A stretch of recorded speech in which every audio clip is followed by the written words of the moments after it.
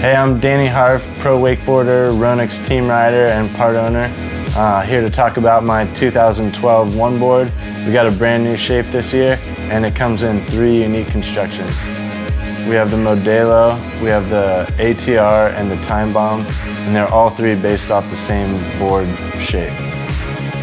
Yeah, I think my wakeboarding style really comes maybe from my surf background, and before I wakeboarded I was really into surfing, so I've always really liked that real mellow feel and that surf feel of my wakeboard. So basically, instead of just railing into the wake, I cut real progressive and we take a little bit wider turn, and I really just look for that free ride shape. So basically, I've been shaping boards for 10 years, and you know, as my riding evolves, I've continued to change my board shape to fit that style, and definitely always looking for the next shape that's just going to be real forgiving and still get plenty of pop with that surf style feel.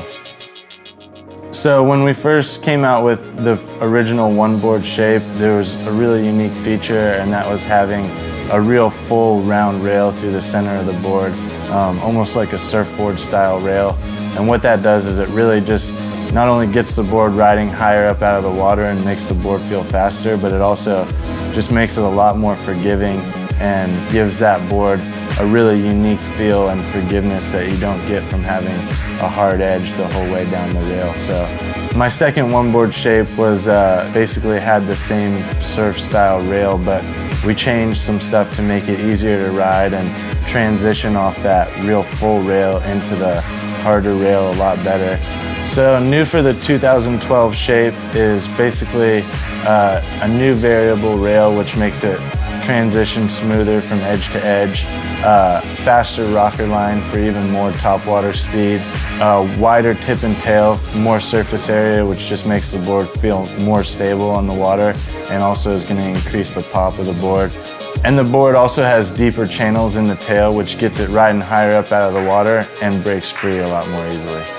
So we increase the surface area, which basically more surface area means as you're edging into the wake and taking off the wake, you're creating more lift.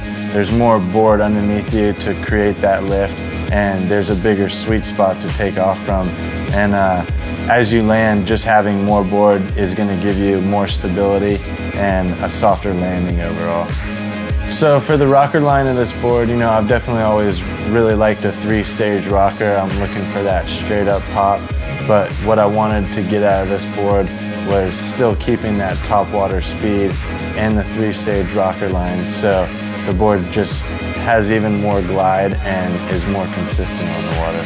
This year we tweaked the channels in the tip and tail of the board, basically dropping the fins deeper into the board, which allows the board to break free more easily, but you really still keep that stability of having a 1-inch fin. So keeping that same one board surf style rail, we use that same idea, but we just blended that same rail into the hard edge over a longer distance on the rail. So it really just gives it a more consistent transition as you go from a hard edge in the tail of the board, moving up into that round edge in the center.